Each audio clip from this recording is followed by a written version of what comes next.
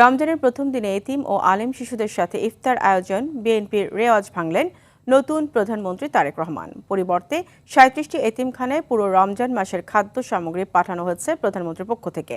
প্রধানমন্ত্রী নির্বাচনী এলাকায় মিরপুরের ভাসানটেক এলাকার এতিম ও আলেম শিশুদের মাঝে ইফতার বিতরণ করেছেন ডা জুবাইদা রহমান ও ব্যারিস্টার জাইমা রহমান।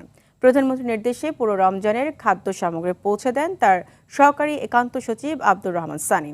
আরও জানাচ্ছেন শামীম চৌধুরী।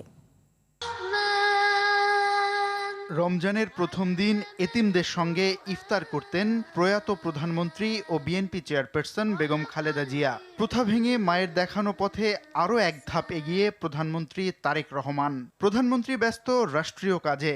প্রথম রমজানে তাই এতিমদের সঙ্গে ইফতারে শামিল হলেন সহধর্মিণী ডাক্তার জুবাইদা রহমান ও কন্যা জাইমা রহমান। প্রধানমন্ত্রী তারেক রহমানের নির্বাচনী আসন ঢাকা ১৭-এ মিরপুরের ভাসানটেক এলাকায় হাফেজিয়া কোরবানিয়া এতিম মাদ্রাসায় ইফতার বিতরণ করেন ডাক্তার জুবাইদা ও ব্যারিস্টার জাইমা। খোঁজ নেন অসহায় এতিম শিশুদের। পরে জামিয়া কোরবানিয়া তালিমিয়া দাওরায়ে হাদিস মহিলা মাদ্রাসা ও এতিমখানায় ইফতার গ্রহণ করেন সহায়হীন শিশুদের সঙ্গে।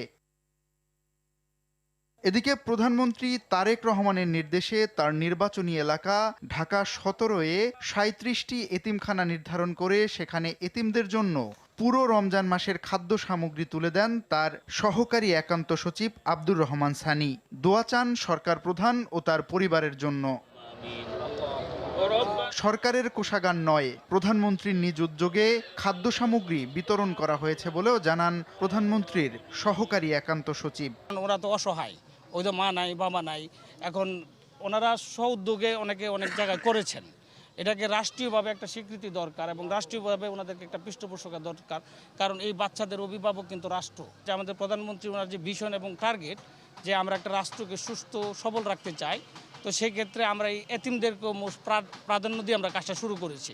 আমরা এই অত্র এলাকায় ৩৭টা আমরা এতিমখানা এবং মাদ্রাসা আমরা লিস্ট করেছি। এই ইফতার এবং সেহরি এবং মধ্যরাতের খাবার যেটা এবং কার্পেট যেটা, ওইটা ওনার একান্ত ব্যক্তিগত উদ্যোগ থেকে এটা করা হয়েছে অ্যাজ এ সংসদ সদস্য হিসাবে। একজন সংসদ সদস্য হিসেবে পর্যায়ক্রমে প্রধানমন্ত্রী তার নির্বাচনী আসনে সমস্যা চিহ্নিত করে সেগুলো সমাধান করবেন বলেও জানান তিনি। শামীম চৌধুরী, RTV, ঢাকা।